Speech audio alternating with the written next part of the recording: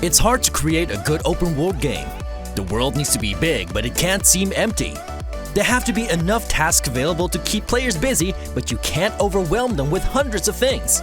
So, it shouldn't come as a surprise that quite a few developers stumbled while making a game in this genre. Get ready for 10 open-world games that are terrible.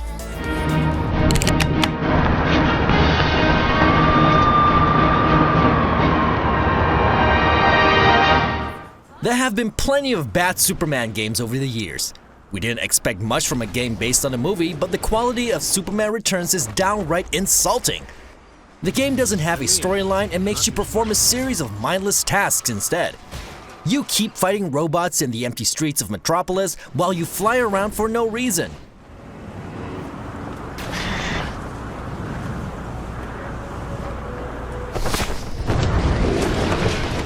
There's almost no other people, cars, or animals around, which makes the city feel like a wasteland. We're definitely not made of precious metals, Metallo.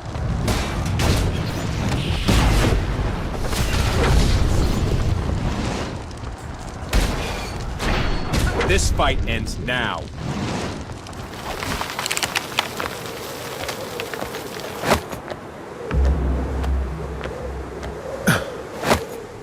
The Far Cry games are a great example of an open world done right. These shooters provide a lot of fun activities while also telling a suspenseful story. The same can't be said for Sniper Ghost Warrior 3. The series made a big deal about going open world for the first time ever. However, the sandbox they provided was just not that interesting.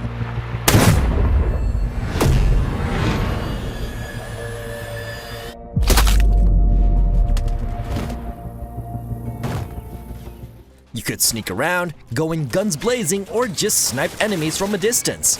None of these elements were truly satisfying, leaving players with a mediocre shooter that became boring after 20 minutes of playing.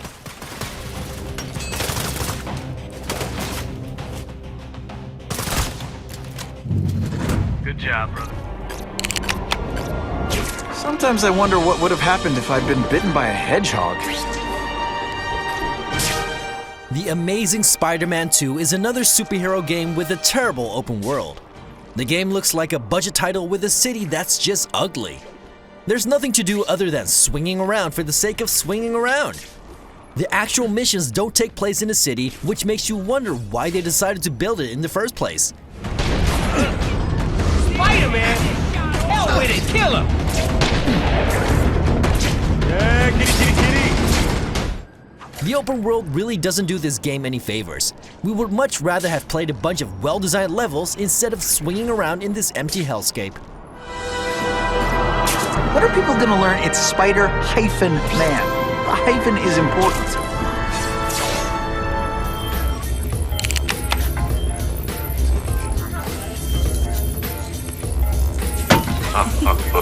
So you celebrate birthday? Talking about hellscapes, we have to mention Saints Row Gat Out of Hell. This standalone expansion does have some funny moments, but the gameplay is just too repetitive to recommend it. The main story is about 5 missions long and can be completed in about an hour or so. However, the game restricts you from progressing by making you do open world activities to reach a certain rank.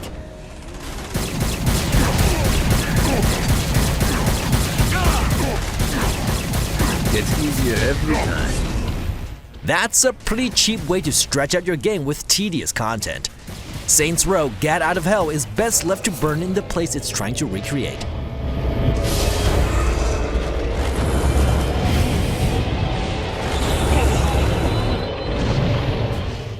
Alone?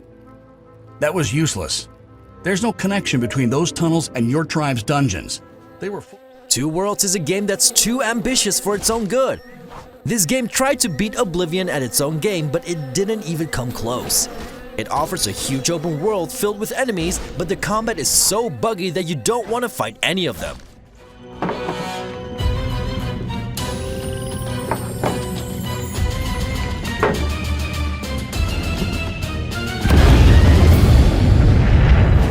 Everything just feels extremely awkward. The sad part? This game is strangely addictive at times. Imagine how great it could have been if it wasn't completely broken. Release. The Scarlet Rune is the elven mark of shame.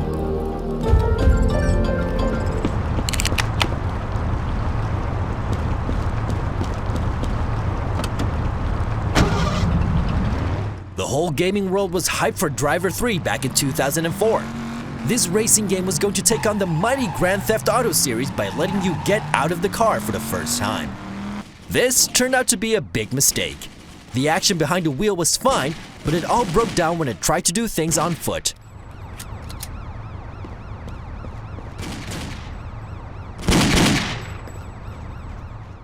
The shooting felt horrible and the open world was full of bugs.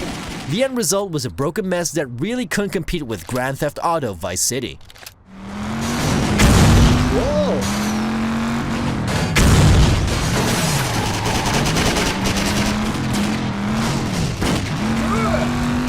Patty.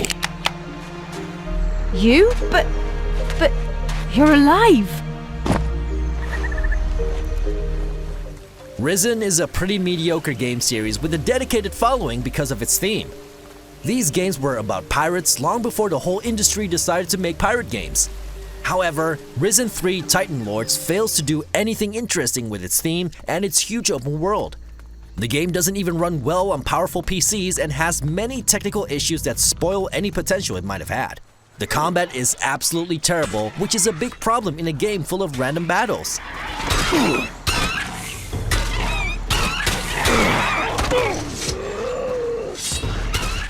This franchise is pretty much dead in the water nowadays, which is a real shame. Patsy needs your help! Gonna get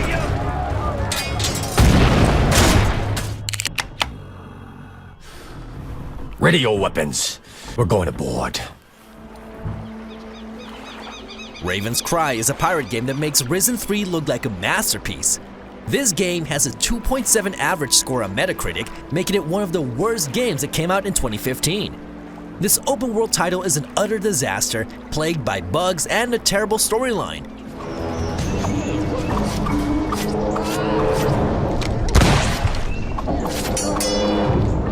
The open world gameplay is also incredibly boring and repetitive. It got such a bad reception when it came out that it actually got pulled from the Steam store. It came back a year later after the developer fixed a few game-breaking bugs, but the damage was already done.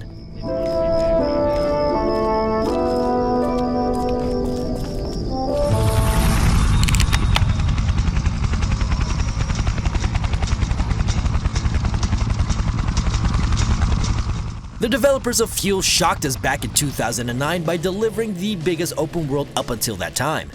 This was definitely impressive, but it didn't do the game any favors. It felt like a chore to drive around a map that's over 14,000 square kilometers long. Racing across huge distances became boring pretty fast.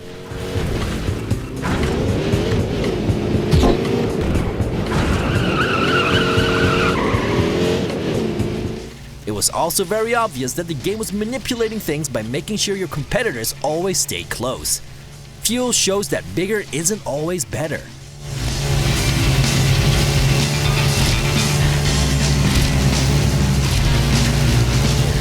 On it. Got it.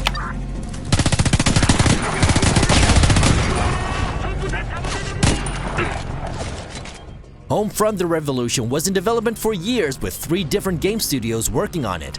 That is never a good sign, and as we expected, this game was even worse than its predecessor.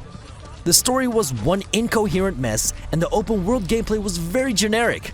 At launch, Homefront: The Revolution was so buggy that it became almost unplayable. I know this zone is abandoned, but it's still too quiet.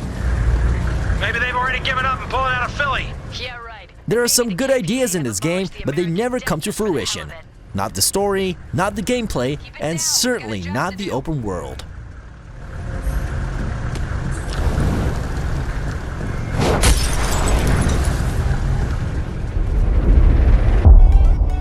Those were 10 terrible open world games you need to avoid.